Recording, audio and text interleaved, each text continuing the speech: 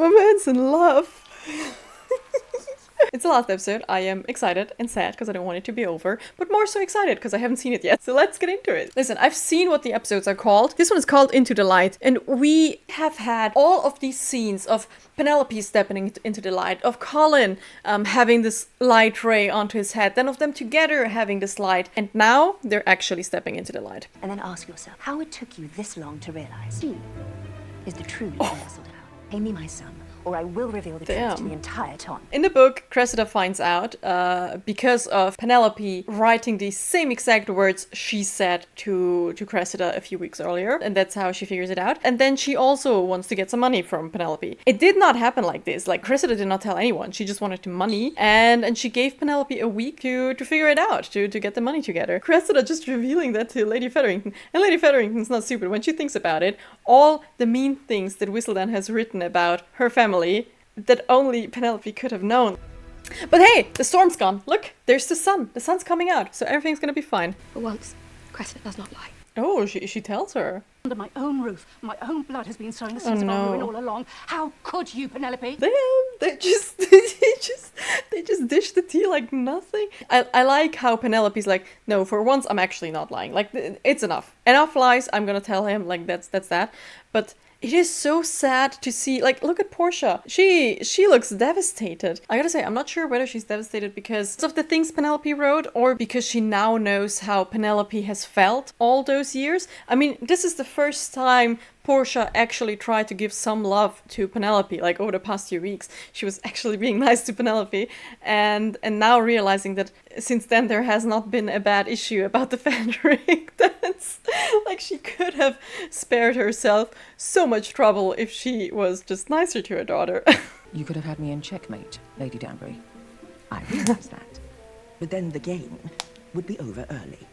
And what fun is there in that? I love this metaphor. How about you just keep on playing with Lady Whistledown? You know you will eventually resolve things with Penelope. There we have Eloise again meddling like she used to do before she started befriending Cressida. So I like how she's trying to give some sisterly advice to Colin. She knows everything. So that seems Colin Mayfair seemed to know before your own mother. If she knows, we must prevent her from revealing. No, that is kind, Colin, but I can pay her. You have made that higher sum. Slightly more, if we're being honest. Oh! All this time. So in the book, only Colin knows about this. So there's no whatever is going on here happening. And it's just Colin who's like, you know what? No, we're going to find a solution, or he's going to find a solution with his family because he does not want to be blackmailed, because he doesn't like that. And in the book, Colin knows a much longer time that she's Whistledown, and he knows that she has money, and they've talked about it, and they wanted to take the money and set it aside for their children, because it's nice that, I don't know, younger boys also get a lot of money like he did. And Penelope also says, and for the girls as well, because girls should also have some more money than just the dowry, you know? In the books, she does not exactly have the £10,000. £10,000 back then are a lot more nowadays, like this much more. So it is something that would last someone multiple lifetimes, according to the book. And in that case, Penelope was not able to pay it off fully, but almost fully. She didn't exactly have £10,000. I think it was like 8,000 something. So it would have been, Colin would have had to add something to it. But I like that she, in the show, she's filthy rich. I love that. I love that she's like, I could just pay her. It's fine. Like, let's just not have a family drama. Like, we can just pay it. But the Bridgertons are gonna be like, no, we're having a family drama now, because how dare she do that to us? We're so powerful and so like wealthy. How could she do that, right? If Cressida gets the money, along the line she's gonna want some more. I'm pretty sure of that. Like, if somebody asks for money once, they're gonna ask again. To be truly alone when I'm off on my travels. Poor Mr. Bridgerton. Travelling the continent, seeing the great sights of the world, as only a man can do. You sound like Eloise. She does sound like Eloise. I mean, Colin, like, what do you want to say to a woman who is entrapped in her family and has to marry to get out of the family, and then they want to marry her off to an old man? Like, I felt as if everyone was busy with their lives without a need for me in them. Cressida Cowper is a part of the books, but I still do not want to have her so much inside of this season. Like, I don't care for her. And I especially do not need Colin to make another love declaration behind Penelope's back. My boy, go to your wife, talk to your wife, and make me less mad, okay? And get your stuff together. How many people can you tell how much you love Penelope besides Penelope? Who else are you gonna tell? Lady Tilly? My man is making me angry. For her hand in your troubles, I know Penelope feels remorse. I would have loved if this was somebody else, but I still really appreciate this conversation because inside of this conversation we get Colin's thoughts and Colin's feelings that in the book are explained through a POV from him. You basically get exactly what I said. Colin is jealous of Lady Whistledown because Lady Whistledown has achieved something that he can only dream of, right? Colin trying to explain why Penelope has behaved the way she has. Not in a way to make everything seem okay that she did. Imagine how horrible your life must be kind of way. Like society has been so cruel to Penelope. They've all treated her so bad that she made something out of it. And now she can be proud of that. And now people are jealous of that. Initial befriending was tinged with just the tiniest bit of petty. I love hearing that because Cressida is such a wild pick for Eloise. Like, why would you go for her? Out of all the people in Cressida, right? They're friends again. Have you ever done this? Have you ever fallen out with a friend, not talked to them for multiple months, and then gotten back together stronger than ever? Like, it is such an amazing... It's hard work. Especially the more time passes, the harder it is. But it is so worth it to work through that. I'm certain the cab girl only wants you to write a few glowing words on her appearance and charm. I like that they're working together. It is kind of funny that Colin messes up so badly.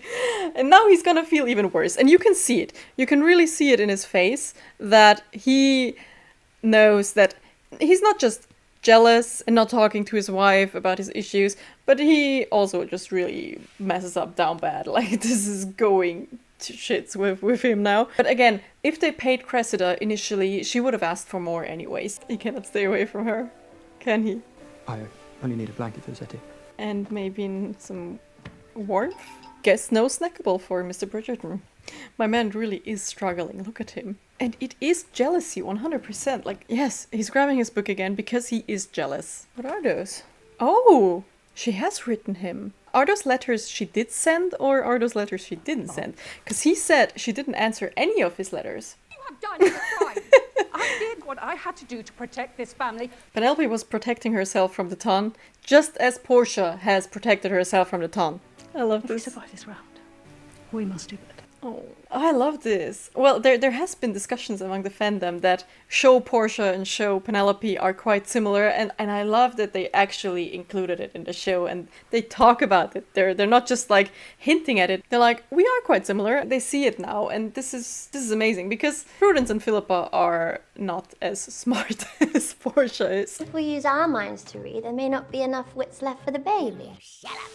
Unfortunately, they may have gotten that from their father, but Penelope really is, and maybe that's also why Portia was intimidated by her, because she felt like Penelope was the only one who could be more smart and cunning than her, and that is intimidating. You see that a lot. The parents who feel like their children are outshining them get jealous and then act in a similar manner. So yeah, it's not always just hate, like you might assume with Portia, in the books at least. To be my lawful wedded wife. Oh, look, Penelope and Colin in the background. They're so cute. How much you care. Just being you is enough. Colin, I do not need you to save me. I just need you to stand by me. I love this. I love that she actually tells him, you are enough. Because this is something he hasn't heard. And he thought that Marina thought that he was enough, but Marina just thought that any man would be enough that was kind enough to marry her as fast as possible and not be old and ugly. And that's what he said. He's like, what good am I to you? And she's like, I just love you, okay? And you loving me is all I need. I don't need you to be like grand and big and do this and do that and publish stuff. Like, none of these things matter. You just have to be yourself. And this, my dear friends, is love. Loving somebody the way they are currently, not the potential you see, not the things you see they could do for you, loving them the way you are. And as long as you live with this secret, there will always be something between us. I know. Perhaps that is the key. In the books, it is Colin who proposes the idea of telling everyone that she is Lady Whistledown to solve their problems. And also because he actually is extremely proud of her. And he's like, you know what? Everyone should know how amazing you are. You're a writer. You're an established writer.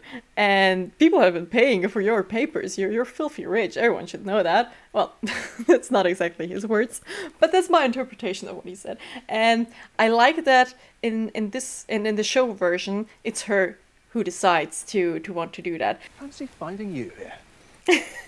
They're back! You wish to change the world again? I'm just gonna lean out of the window and assume that Eloise is not gonna get the next season. Knowing the disappointment that awaits behind those doors. Is that like a baby shower type of thing? I assume that this could be a Bridgerton ball because of Vali in one of those shots. It was her. Their dresses are so fabulous. Look at them. That must have been you. Who paid for all of this?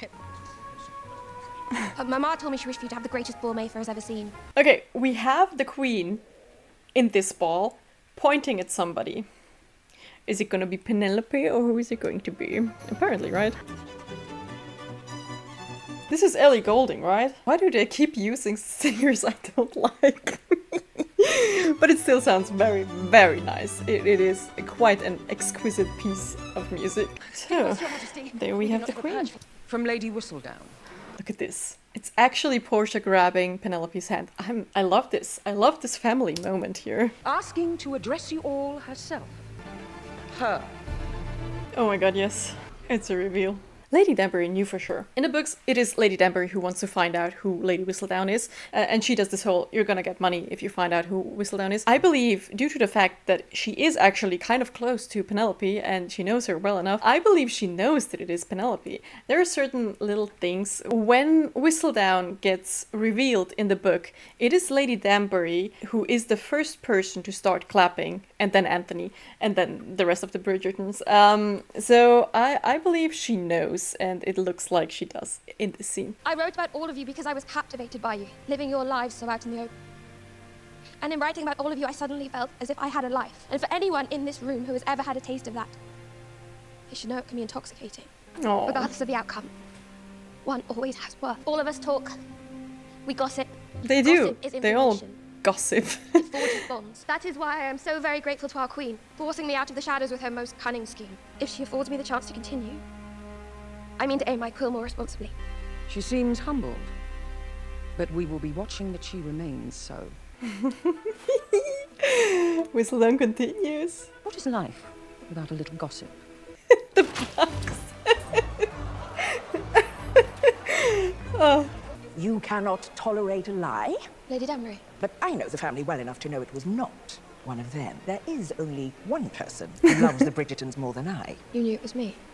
I suspected. Oh. You're the only lady that Tarn See? will keep a secret. She knew. I love look that. forward to your next. Come on, Colin, come on. You have to like embrace your little girl there. Come on. You have always had one voice. There is no separating you from Whistledown. Look at the tears in his eyes. Luke Newton is really capable of having like these micro tears, like just this film of water on top of his eyes, which makes this so heartfelt. Wow. My man's in love. He's